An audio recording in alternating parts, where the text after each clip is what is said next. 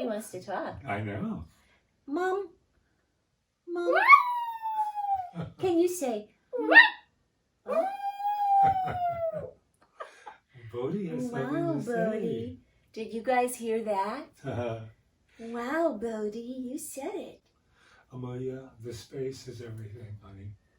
And the space is something that I think I've always had a hard time Creating space. creating space. Yeah. And always feeling like I had to be on, and I had to go, and I had to keep delivering. Yeah. And I feel that, you are the only one that's given me the opportunity to really come to the truth.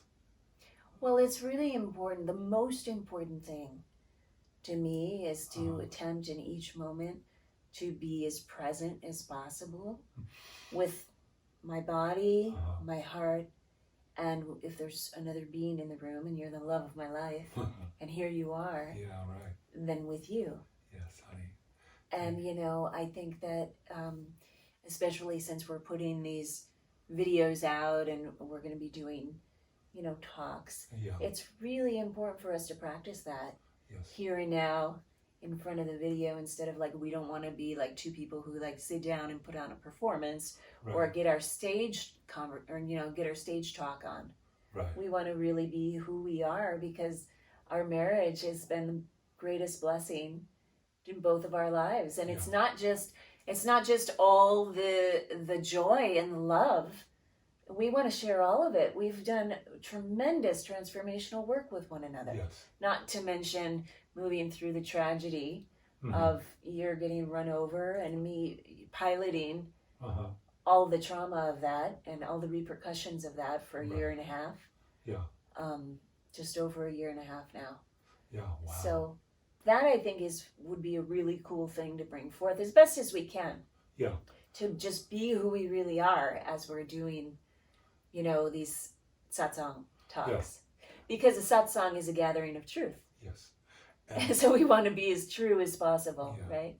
And the truth is that when I can really find the space with you, and I can really love you and be there for you, that is the most real thing for me. And I have been performing all my life, and it definitely has taken a big toll on the ego demon.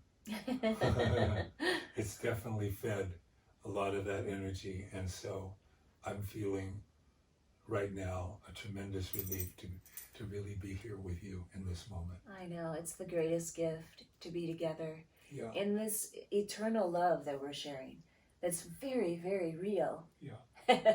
I mean, the greatest gift we can give is to begin to unveil bit by bit our journey, which, I mean, even in the first 6 months of our being together, you told me it felt like we'd already been together 1,000 years. Yeah. And it did for me too. And then here we are 3 years later. Yeah. Can you believe it? And already married over a year, but living together 24/7 for 3 years. Yeah. Almost. And it's really, I can't imagine life without you at this point. I can't imagine it without you. Yeah. And it's amazing how you merge, and your thoughts become my thoughts, and my thoughts become your thoughts, and we don't know who's thinking what. Yeah, exactly. But we know exactly what's going on. Well, we're both getting the same thought at the same time, no matter where it's coming from. Right, exactly. And so I think the gift of love and the gift of partnership is, for me, the greatest spiritual revelation of my life that I've ever had. Yeah. And my solo, isolated journey into Godhead, into whatever you want to call it, Dharmakaya, enlightenment, cosmic consciousness, it doesn't last. Right. It fades away. And you're stuck again with yourself. And you're stuck in that place of deep aloneness. And I don't feel that way anymore. And I think that's the thing that to celebrate. Yeah, right. Is the gift that we both have been given. Yeah. Well, I remember, and I think it's probably pretty common, but just the triangle with two souls coming together, and they don't actually journey towards each other, which would be a two-dimensional line, but they're journeying towards God. And so it's like a spherical, three-dimensional reality, a sphere that goes infinite in all directions, and it's like a pyramid, and their journey is up towards the point, towards God. So the closer that we practice through our sadhana and through conscious communication, right? Yeah. And through all of our practices of prayer and chanting and mantra and meditation, but then the mundane reality too, bringing our one-hearted presence forth and our mindfulness forth. Then we come closer and closer to God, and when we get there, it's like the ultimate merge, because it's the tantric union along with the union of God. It's doing it together. And that's really, I think, the coolest thing that we can share with people. Yeah. As we're taking that journey, and we know so many other people who long for that journey too, when they haven't met their partner yet, or their spouse, right? Yeah. And the people who are all in relationship now and who are not really feeling an authentic connection, but are living in separate silos together as roommates or as friends, or, husband's doing one thing, wife's doing another, but they're not really connected. There needs to be a let go where they can really come back and realize that this moment and this life and this relationship is the golden opportunity to awaken that they have been given. Yes. And the opportunity of pure love is right before them, and they're totally avoiding it. Yes. So in some sense, people who are in a relationship and they're having, passionate drama, at least they're chipping away at the iceberg, right? It's all shadow material. It's all wounding that needs to be healed. Yeah. But at least there's energy and movement. And so through that, they can either, the wrestling match can come to a final close where they just lay on the mat and look at each other in love and say, here we are, let's stand up together and start walking in the same direction. Yeah. Or they can be like, we're going to kill each other if we stay together, so let's just walk off the ring. But at least there's movement of energy, as opposed to two people who are in a marriage that's compatible, but one's always on the cell phone and the other one's always, reading the book, or, cooking the food, or one's, whatever. They're doing their separate things and they're never speaking to each other. Right. Except it's like, did you pick up the milk? Right? Yeah, exactly. And then, so that's almost like it's like a, what's it called? Stalemate? Yeah. Is that what it's called? Yeah. It's a really a wasted opportunity to not have that loving presence manifested. Where when someone is with you, you can basically call them on, like you did to me, and say, you're pushing, I don't feel you're really here. I don't feel your presence.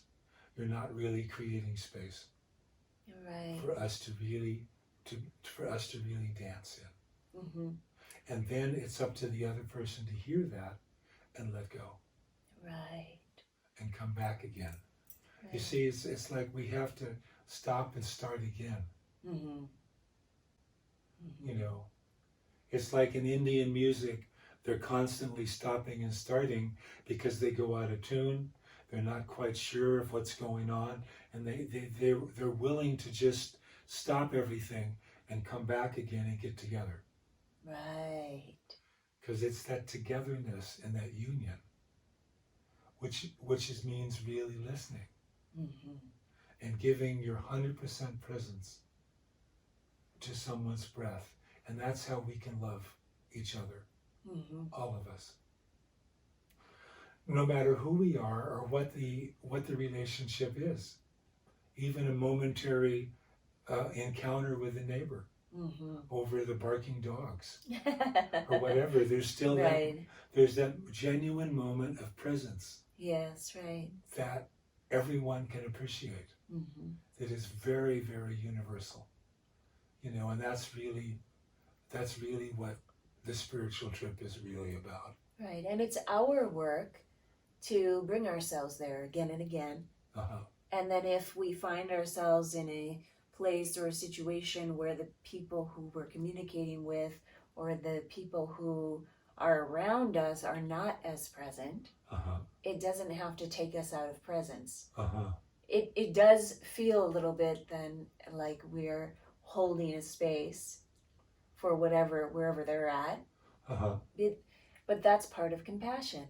Yeah. Because we all get knocked out of our center. Yes. And so sometimes I might be out of my center and sometimes you might be out of yours. Sometimes we'll be at the neighbor's house because the dogs are barking and we have to get Bodhi. Yeah. And they might be out of their center. But it doesn't have to then make us out of ours. Right. To navigate the world as much as possible from a place of the still point within. And to the best of our ability, letting the love shine through. Yeah. The heart space. Yeah. Right? Yes. That's beautiful. Yeah. That every moment is the moment of awakening and the opportunity to awaken.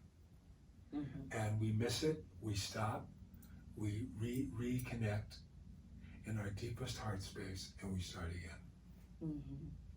You know? Just like with a meditation practice. Yeah.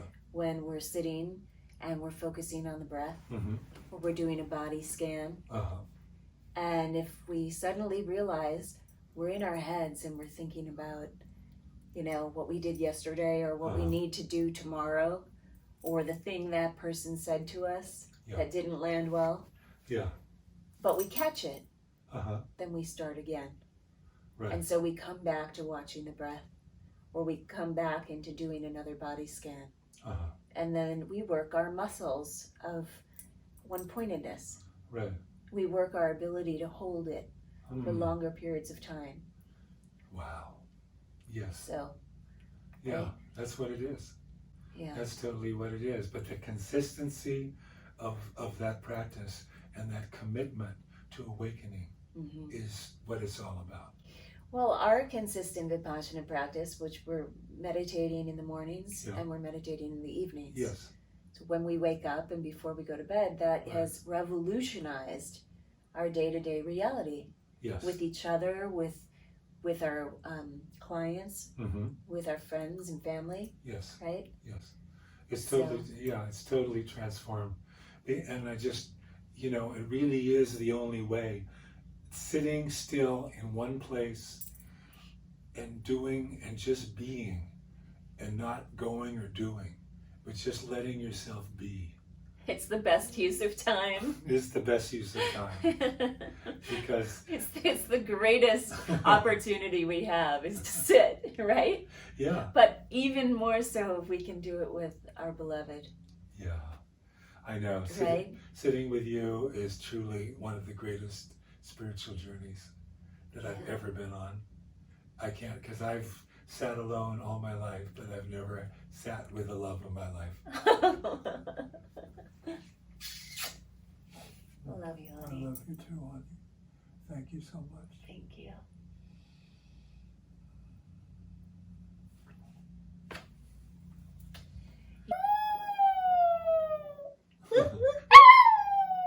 Mom. That's beautiful, honey. Good. He got a little bit of fuzz from somewhere. Oh, I wonder where that's from. What's that from? I don't know. Uh-oh. We'll have to check our pillows. Looks like something from a pillow. Bye, honey. We love you.